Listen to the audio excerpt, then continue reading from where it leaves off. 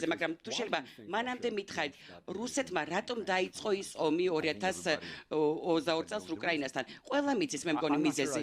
არა მგონია მე ვიცოდე. ბრძანეთ, მე მგონი კარგად იცით, დარბაზმაც იცის. ერთ-ერთი მიზეზი იყო ნატო. ნატოს გაფართოება, ხომ ესეა? და ბევრი სხვა მიზეზი. თქვენ ფიქრობთ, რომ ნატოს გაფართოება იყო პროვოცირება? არ მინდა ამაზე სპეკულირება.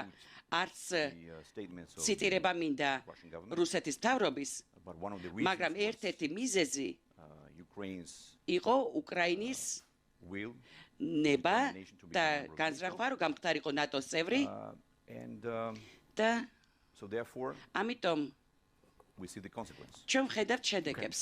ამ დროს ბაიდენმა თქვა, არა, უკრაინელებს უნდა ჰქონდეთ ნატოში გაწევრიანების შესაძლებლობა. მე შემიძლია გავიგო რუსეთის გრძნობები ამ საკითხთან დაკავშირებით. სინამდვილეში მე მიმაჩნია, რომ მათ ჰქონდათ შეთანხმება და შემდეგ ბაიდენმა ის დაარღვია. მათ ჰქონდათ შეთანხმება, რომელიც დააკმაყოფილებდა უკრაინას და ყველა დანარჩენს. მაგრამ ბაიდენმა თქვა, არა, თქვენ უნდა გქონდეთ ნატოში გაწევრიანების შესაძლებლობა.